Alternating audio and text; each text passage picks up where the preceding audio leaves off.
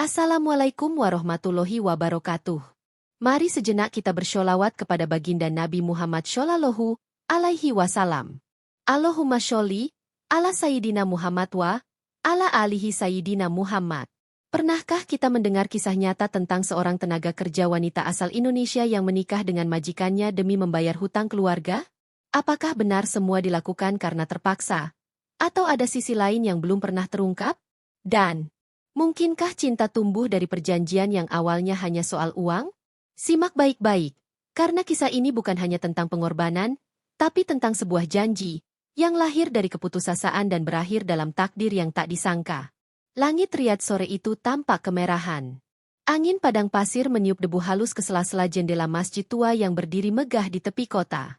Dini berdiri di pelataran, tubuhnya kaku dalam balutan gaun putih sederhana yang bahkan belum sepenuhnya pas di tubuh mungilnya. Di hadapannya, berdiri seorang pria tua berjanggut perak, mengenakan gamis putih dan senyum yang nyaris tak terlihat tulus. Seorang wanita Arab menyentuh bahunya pelan. "Ayo, Dini," bisiknya dalam bahasa Indonesia yang patah-patah. "Sheikh sudah siap. Tinggal ijab kabul saja." Dini menarik napas panjang. Kamera para tamu menyala. Sorot lensa seperti menusuk wajahnya. Ia tahu, saat video ini sampai ke tanah air, seluruh dunia akan tahu. Seorang TKW menikah dengan majikannya. Pria tua, kaya raya. Tapi, bukan itu yang paling menyakitkan. Ia membatin, apakah ini harga dari semua doa ibu? 3 minggu sebelumnya, sebuah telepon dari kampung memecah pagi di apartemen kecil tempat Dini tinggal bersama 2 TKW lainnya. Suara ibunya terdengar panik. "Din, maafin ibu, ya Allah, maafin." "Ada apa, MAH?" tanya Dini, matanya belum sepenuhnya terbuka. "Ibu gak tahu harus gimana. Rentenir datang terus. Utang kita udah numpuk. Bapak sakit-sakitan. Kalau gak dibayar minggu ini, mereka ngancam ambil sawah sama rumah." Dini bangkit duduk. Jantungnya berdegup lebih cepat. "Aku kirim gaji bulan ini." "Itu gak cukup, Din." Sheikh Khalid bilang, kalau kamu mau menikah kontrak sama dia, dia mau lunasin semuanya." Dini terdiam. Waktu seolah membeku. Suara angin AC pun tak lagi terdengar. "Ibu bilang apa tadi?" "Menikah, Din. Kontrak. Setahun aja. Habis itu kamu bebas. Tapi utang kita lunas. Semua lunas." Air mata Dini mengalir tanpa suara. Di luar jendela, matahari terbit tanpa tahu bahwa hari itu, sebuah takdir sedang berubah. Dan sebuah janji baru akan segera dimulai. Riyadh, malam hari. Lampu-lampu kota menyala remang dari balik jendela rumah Sheikh Khalid. Rumah itu besar, sunyi, dan berisi banyak kemewahan yang tak menyentuh hati. Dini duduk di ruang tamu, berhadapan langsung dengan pria yang selama ini hanya dikenal sebagai majikan. Sheikh Khalid menatapnya, matanya tajam namun lelah. Ia tak langsung bicara. Hanya menyodorkan secangkir teh dan duduk perlahan di seberang meja. "Kau tahu mengapa aku memanggilmu ke sini malam ini?" tanyanya dalam bahasa Arab yang diterjemahkan oleh seorang wanita paruh baya di sampingnya. Dini menggeleng pelan. "Saya dengar keluargamu terlilit utang." Dini menunduk. "Iya, Sheikh." Lelaki itu menarik napas panjang. "Aku bukan pria muda. Dan aku tidak mencari cinta. Aku hanya butuh seseorang di sisiku, agar orang-orang berhenti bertanya mengapa aku hidup sendiri." Ia melirik ke jendela. Hujan tipis mulai turun. "Langka di kota ini. Aku tawarkan kau pernikahan. Kontrak. 1 tahun. Setelah itu, aku akan lunasi semua utang keluargamu. Termasuk biaya sekolah adikmu dan sawah yang akan disita." Dini memandangnya, matanya merah. "Apa saya boleh menolak?" Sheikh Khalid diam beberapa detik. Lalu ia bicara, pelan tapi mantap. "Tentu. Tapi jika kau menolak, aku takkan bisa bantu keluargamu. Pilihan tetap di tanganmu." Malam itu, Dini pulang ke apartemen dengan kepala penuh pertanyaan. Ia menatap ponselnya. Foto-foto adik bungsunya yang masih sekolah terpampang di layar. Suara ibunya beberapa malam lalu masih terngiang. "Kalau kamu gak tolong, Din, semua habis." 3 hari kemudian, Dini kembali ke rumah itu. Tanpa riasan. Tanpa tawa. Ia hanya membawa satu jawaban. Saya bersedia. Sheikh Khalid mengangguk. Tak ada senyum bahagia. Hanya raut tenang seolah segalanya sudah sesuai rencana. Besok kita akan menikah secara syar'i. Setelah itu, rumah ini menjadi tempat tinggalmu. Dini menunduk. Dalam hati, ia bertanya pada dirinya sendiri. Apakah aku baru saja menjual hidupku? Malam itu, sebelum tidur, ia berdiri lama di depan cermin. Memandang wajah sendiri. Ia menyentuh pipinya yang basah oleh air wudhu dan air mata. Allah, apakah ini jalan yang engkau pilihkan untukku? Jawaban tak datang. Tapi langit Riyadh malam itu tampak lebih dingin dari biasanya. Hari-hari pertama setelah pernikahan itu berjalan sunyi. Tak ada pesta, tak ada pelukan, hanya sepasang cincin sederhana dan selembar kontrak yang ditandatangani dengan hati bergetar. Rumah Sheikh Khalid sangat besar. Lengang. Hanya ada pelayan-pelayan tua yang berjalan pelan, dan suara jam antik berdetak setiap detik seolah menghitung waktu Dini di rumah itu. Ia diberikan kamar pribadi yang luas, ranjang empuk, lemari penuh pakaian baru, dan dapur yang bisa memasak apapun. Tapi, semua itu tak membuatnya merasa hidup. Apa kamu bahagia? Tanya seorang pelayan perempuan, Fatimah, yang sejak awal menyambut Dini dengan hangat. Dini tersenyum tipis. Saya tidak tahu, rasanya seperti mimpi yang bukan milik saya. Fatimah menatapnya lama, lalu berbisik. Dia bukan orang jahat, Dini. Tapi dia punya luka yang dalam lebih dari yang kamu bayangkan. Beberapa hari kemudian, Dini duduk bersama Sheikh Khalid di taman belakang rumah. Ia membawa teh, seperti yang diminta. Terima kasih, ujar Sheikh. Kau tak perlu melayani seperti pembantu. Kau sudah menjadi istriku. Saya tidak tahu bagaimana menjadi istri yang baik, jawab Dini jujur. Sheikh Khalid tertawa kecil. Tawa yang terdengar seperti gema masa lalu. Aku juga tidak tahu bagaimana menjadi suami yang baik. Jadi kita impas. Mereka diam. Hanya suara burung-burung malam yang mengisi udara. Kenapa memilih saya, Sheikh? Tanya Dini tiba-tiba. Lelaki tua itu menatap langit. Karena kau perempuan yang diam tapi kuat. Banyak gadis yang lebih muda, lebih cantik tapi matamu jujur. Dini menunduk. Kata-kata itu membuat hatinya gemetar. Entah karena terharu atau takut. Namun, di luar sana, kabar tentang pernikahan mereka mulai tersebar. Video akad yang diunggah oleh tamu majelis mendadak viral. Judul-judul menyakitkan memenuhi media sosial. TKW Indonesia nikah demi uang. Perempuan kampung jadi istri kontrak orang kaya. Cinta atau transaksi? Teman-teman Dini di apartemen lama mengirim pesan. Din, itu benar kamu? Kamu kenapa gak bilang sih? Gila, kamu dijual ya? Dini tak menjawab satupun. Ia menatap layar dengan dada sesak, lalu mematikan ponsel. Di malam yang sunyi itu, Sheikh Khalid datang ke ruangannya. Aku lihat berita tentang kita. Kau baik-baik saja. Dini mencoba tersenyum. Orang akan selalu bicara, Sheikh. Tapi mereka tidak tahu. Saya hanya ingin keluarga saya selamat. Sheikh mengangguk pelan. Kau perempuan tangguh, Dini. Aku berharap waktu bisa membuatmu lebih tenang di sini. Tapi waktu hanya berjalan. Ia tak menyembuhkan apapun. Dini tetap hidup dalam diam. Dalam sangkar emas yang terlalu besar untuk hatinya yang lelah. Dan di kejauhan, badai yang lebih besar sudah menunggu. Dini mulai terbiasa dengan rutinitas rumah besar itu. Bangun sebelum fajar, menyiapkan sarapan ringan, lalu duduk di taman belakang menulis catatan harian yang tak pernah ia kirim ke siapa-siapa. Hari-harinya seperti bayangan yang mengikuti cahaya. Ia ada, tapi tak pernah benar-benar terasa. Suatu malam, setelah makan malam yang sepi, Dini lupa mengambil dompetnya di ruang kerja Sheikh Khalid. Saat ia kembali untuk mengambilnya, suara pelan dari balik pintu membuat langkahnya terhenti. Sheikh sedang bicara di telepon. Suaranya lemah. Nyaris seperti orang yang menyerah. Aku tak lama lagi, dokter sudah bilang semuanya. Tapi tak apa, yang penting ada yang menjagaku. Dia baik. Jauh lebih baik dari yang kubayangkan. Dini berdiri membatu di balik pintu. Jantungnya berdegup keras. Ia tahu dirinya hanya istri kontrak. Tapi ia tak pernah membayangkan bahwa pria tua itu mungkin sedang menunggu ajal. Kau tahu, lanjut suara itu, aku takut mati dalam kesepian. Klik. Telepon ditutup.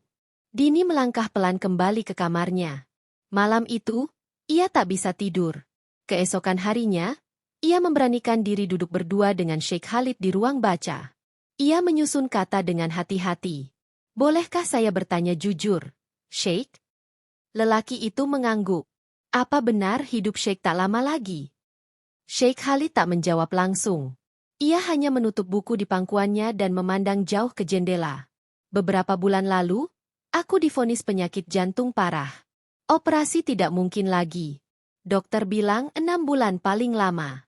Itu sebelum aku mengenalmu. Dini menelan ludah. Hatinya menghangat oleh kesedihan yang tak disangka. Kenapa tidak bilang sejak awal? Tanyanya lirih. Apa kau akan tetap menikahiku? Kalau tahu aku hanya punya waktu sebentar? Jawab Sheikh dengan senyum penuh luka. Dini tak bisa menjawab. Hari-hari berikutnya, perlahan berubah. Dini mulai memperhatikan Sheikh lebih dalam. Ia bukan hanya lelaki tua dengan kekayaan dan kuasa, tapi juga manusia yang sedang menunggu ujung jalan. Mereka mulai mengobrol lebih sering. Tentang masa kecil Sheikh di Gurun Najd, tentang istri pertamanya yang wafat 10 tahun lalu, dan tentang anak-anaknya yang tak lagi pulang. Aku sudah kehilangan banyak hal dalam hidup, Dini. Tapi kau datang saat aku hampir hilang seluruhnya. Dini hanya bisa menunduk. Tak pernah terbayang bahwa di balik semua ini, ada kesedihan yang lebih dalam dari hutang, lebih sunyi dari perjanjian kontrak. Dan saat angin gurun kembali berembus malam itu, Dini duduk sendirian di taman. Allah, aku datang ke rumah ini karena keterpaksaan. Tapi mengapa kini hatiku mulai takut kehilangan? Suasana rumah Sheikh Khalid perlahan berubah. Bukan karena dekorasi, melainkan karena hubungan mereka yang tak lagi terasa seperti transaksi. Dini mulai terbiasa menyeduhkan kopi kesukaan Sheikh setiap pagi. Ia mulai hafal nada batuknya, tahu kapan ia lelah, kapan ia butuh ditemani membaca, atau sekadar duduk diam bersama. Suatu siang, saat mereka duduk berdua di ruang tamu, Sheikh Khalid berkata pelan, Dini, kau pernah jatuh cinta? Pertanyaan itu membuatnya kikuk. Pernah, Sheikh, waktu masih sekolah. Tapi tak pernah berani diungkapkan. Dia nikah dengan orang lain. Jawabnya jujur. Sheikh tersenyum. Aku juga pernah. Waktu muda dulu. Tapi semua berakhir. Ia menatap langit-langit. Cinta bisa datang dari arah yang tak disangka. Kadang kita menolaknya.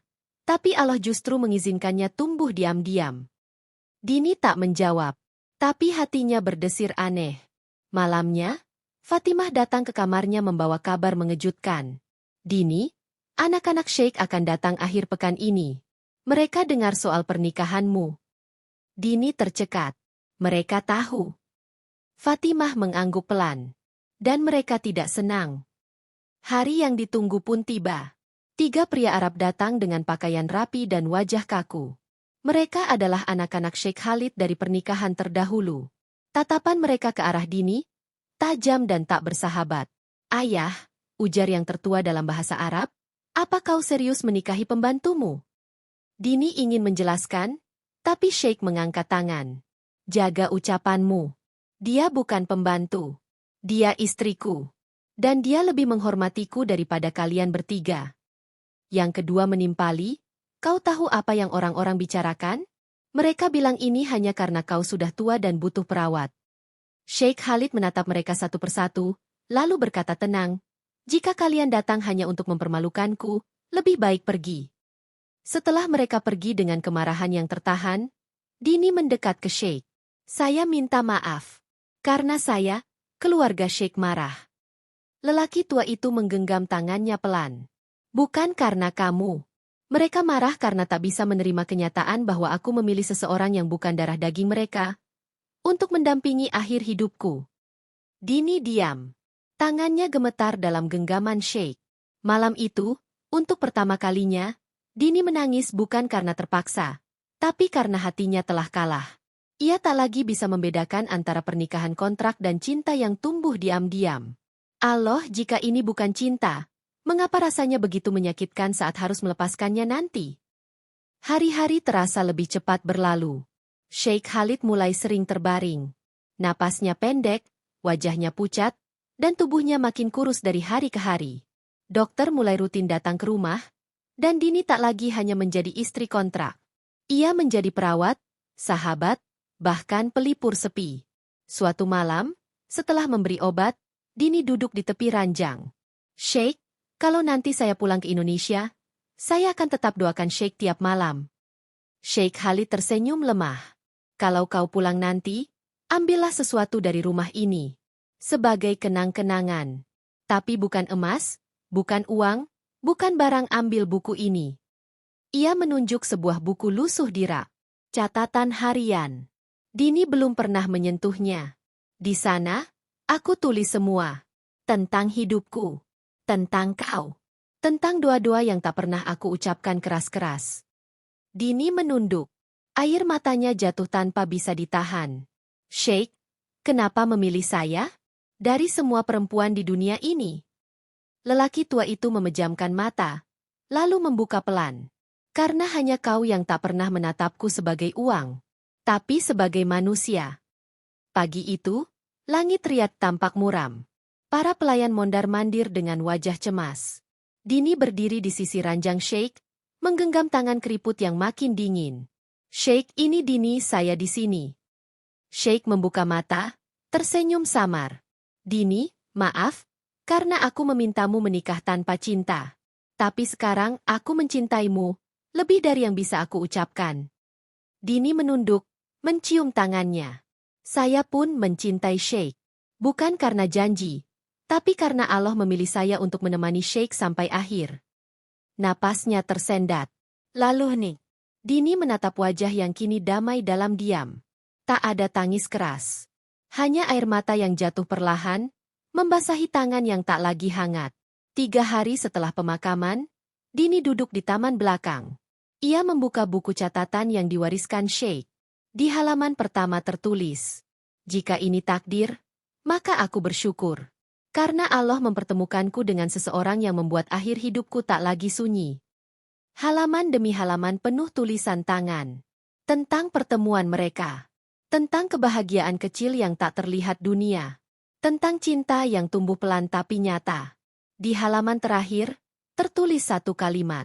Aku tahu, cintaku tak bisa membeli waktu, tapi setidaknya, aku sempat merasakannya. Dini menutup buku itu, memeluknya erat. Allah, jika ini cinta yang kau tulis untukku, maka aku terima meski tanpa akhir yang sempurna. 6 bulan setelah kepergian Sheikh Khalid, Dini kembali ke tanah air. Ia berdiri di Bandara Soekarno-Hatta, mengenakan gamis sederhana, tanpa perhiasan, hanya membawa satu koper dan satu buku catatan tua yang tak pernah lepas dari genggaman. Tak ada yang tahu siapa dia. Tak ada yang menyambut dengan karangan bunga. Tapi wajahnya tenang, jauh dari ketakutan yang dulu pernah menyiksanya. Di rumahnya di Banten, ibu dan adiknya menangis memeluknya. Utang keluarga telah lunas, sawah kembali dipanen, dan adiknya kini kuliah di Universitas Impian. Semua berkat pengorbanan yang tak pernah mereka mengerti sepenuhnya. Aku nggak mau bahas soal harta, ujar Dini suatu malam saat mereka duduk di teras. Yang penting sekarang kita bisa hidup tanpa dikejar-kejar orang. Ibunya hanya mengangguk. Ada rasa bersalah yang tak bisa diucapkan. Beberapa bulan kemudian, Dini mulai mengajar ngaji di musola kecil dekat rumah. Ia kembali ke rutinitas sederhana. Tapi ada yang berbeda. Di setiap doa selesai mengajar, ia menyebut nama seseorang yang tak pernah dikenal oleh orang-orang sekitarnya. Sheikh Khalid, semoga Allah ampuni dan muliakan engkau. Beberapa warga bertanya-tanya. Dini itu janda siapa sih? Katanya nikah di Arab, tapi gak ada foto, gak ada kabar. Ia tak menjawab. Biarlah kisah itu jadi rahasia antara ia dan Allah. Suatu sore, ia menuliskan sebuah surat panjang untuk dirinya sendiri, lalu menyelipkannya di dalam buku catatan Sheikh. Aku pernah hidup dalam diam, dalam kontrak yang tak layak disebut cinta. Tapi dari sana, aku belajar bahwa Allah punya caranya sendiri untuk mempertemukan dua hati yang saling membutuhkan. Aku tak bangga jadi viral. Aku hanya ingin dikenang sebagai perempuan yang tetap berdiri saat cinta datang dari arah yang tak pernah aku harapkan. Dini menutup buku itu, meletakkannya di rak kayu kecil di kamar. Ia tersenyum, lalu mengenakan kerudungnya, berjalan keluar untuk mengajar anak-anak mengaji. Langit sore tampak jingga, dan angin berembus pelan, seolah membawa bisikan dari jauh. Terima kasih, Dini. Aku tak lagi sendiri.